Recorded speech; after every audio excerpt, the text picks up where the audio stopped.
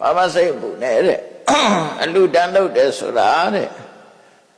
ကောင်းတာလည်းအဓိကမဟုတ်ဘူးတဲ့ညံ့တာလည်းအဓိကမဟုတ်ဘူးတဲ့နဲတာလည်းအဓိကမဟုတ်ဘူးများတာလည်းအဓိကမဟုတ်ဘူးတဲ့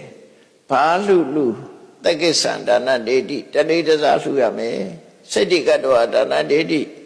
ပူဇော်လိုတဲ့စိတ်ချီးမြှောက်လိုတဲ့စိတ်နဲ့လှူရမယ်သာထာဒါနဒေတိကိုယ်တိုင်ပြုလုပ်ပြီးလှူရမယ်အနာပဝိဒံဒေတိစွန့်ပစ်တဲ့ပစ္စည်းအနေနဲ့မလှူရဘူးအာဂမနဒိဋ္ဌိကောဒိဋ္ဌဒါနံဒေတိဘာလူဒီကုသိုလ်ကောင်းမှုလေးဟာကိုယ်စီပဲအကျိုးအနေနဲ့ရောက်လာမှာပဲဆိုတဲ့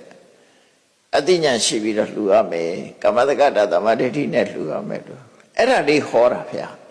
နော်အဲ့တော့နဲတာလည်းဒီကမဟုတ်များတာလည်းဒီကမဟုတ်ဘုရားဟောတာ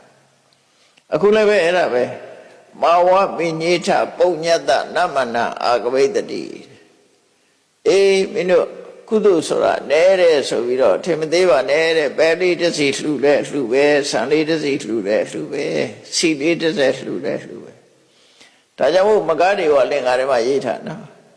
ရှည်အေးတစ်ခွက်စီတစ်စက်နဲ့လက်ဖက်တယိုကြမ်းတချိုးများဆိုမန္တိဆရာတော်ရေးထားတယ်မကားတွေပါရှည်အေးတစ်ခွက်ရေးလေးတစ်ခွက်တိုက်ရှည်အေးတစ်ခွက်စီတစ်စက်နဲ့လက်ဖက်တယိုရှင်းကအလှပေးရင်လက်ဖက်လေးတွေလိုက်ကန်တယ်လေခုကတော့တော်ကြီးစားကြလားမသိပါဘူးရှင်းကတော့တစ်မြုံလောက်ပဲစားကြတာနော်လက်ဖက်တယိုကြံတချိုးများကြံပြီးရင်တချိုးလေးမြတ်တို့ကြည်ပြုဒါနဟုသည်ကုသိုလ်ကောင်းမှုရပြုလို့ကိုတတ်နိုင်တာကိုလှူအားလေးပဲရေလေးတစ်ခွက်တိုက်တာခုခေတ်ဆိုရင်တော့ကော်ဖီလေးတစ်ခွက်တိုက်မုံလေးတစ်ချက်ကျွေးဘာပဲလုပ်လို့ဟင်းလေးတစ်ခွက်ပဲဆုံးလောင်းဆုံးလေးတစ်စုံမဲ့လောင်းနော်မြတ်နိုးချီပြုဒါနဟုသည်ကုသိုလ်ကောင်းမှုရပြုမြတ်နိုးနဲ့တန်မိုးထားပြီးတော့လှူပါလို့ဆိုလို့တယ်ပေါ့တော့မြတ်စွာဘုရားဟောတာနဲ့အတူတူပဲအဲဒါကြောင့်မို့မြတ်စွာဘုရားကအေး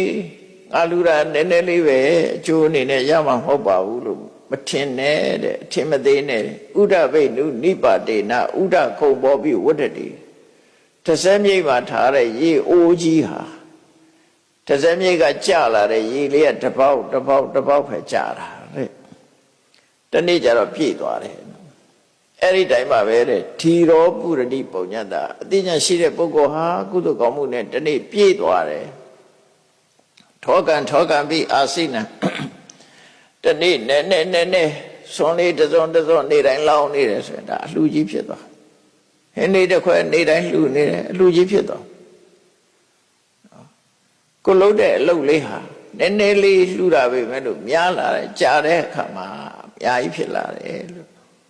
တမိုးအဖြစ်လည်းအများကြီးဖြစ်လာတယ်နော်တနေ့တစ်ချက်ဖိုးလှူတဲ့တနေ့ဆိုတဲရမှာမဟုတ်နဲ့နော်ခုခေတ်တော့တစ်ချက်ဖိုးတော့မရှိတော့ဘူးထင်ပါတယ်အဲ့လိုကုသိုလ်ကောင်းမှုလုပ်တာဒီလိုတမိုးရှိတယ်ဆိုတဲ့အကြောင်းအထင်မသေးနဲ့ဆိုတဲ့အကြောင်းမြတ်စွာဘုရားကဟောတာ